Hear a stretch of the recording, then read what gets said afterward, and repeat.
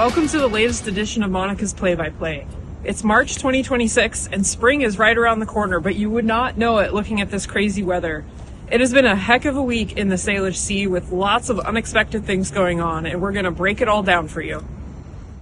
By now, I'm sure you've heard about the 3 mystery whales that showed up in Vancouver Harbor last week.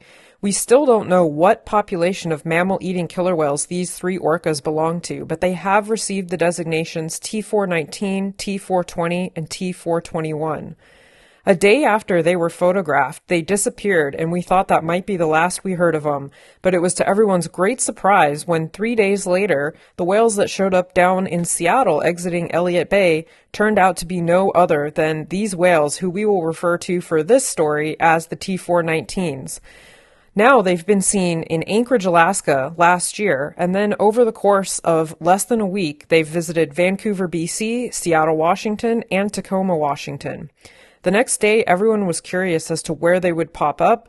Maybe it shouldn't be surprising that it was in another city. They were in very deep southern Puget Sound, right in a harbor near Olympia.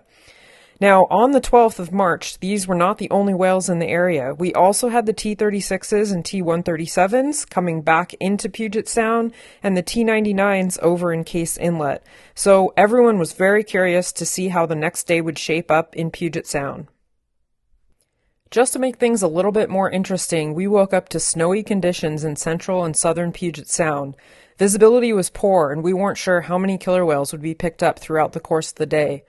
The first report came in mid-morning of orcas southbound in the Edmonds-Kingston ferry lanes. They weren't picked up again until quite a bit later, northbound off Bainbridge Island, and we were able to help confirm that it was, who? The T-65As? They're back, and they're back a little bit early, but it's great to see them again. Next report came in from Deception Pass. Whales were heading westbound out of Puget Sound. They ended up being found foraging off the west side of Whidbey Island, and this was our T-36s and T-137s from the day before. Then came a report from the San Juan Islands. Originally, this was reported as hunting whales off of Green Point, and so we assumed more big killer whales, but they continued their way west and went north, and plot twist, it was J-Pod. They had to get in the mix somehow. Later on, T-49A2 and T-49C popped up near the 36s and 137s, and it wasn't just a killer whale day. There were humpbacks seen off Whidbey Island and Edmonds. Kind of early for you guys to be back, but okay, I guess. And then, of course, the gray whales that we expect to be here this time of year in several locations as well.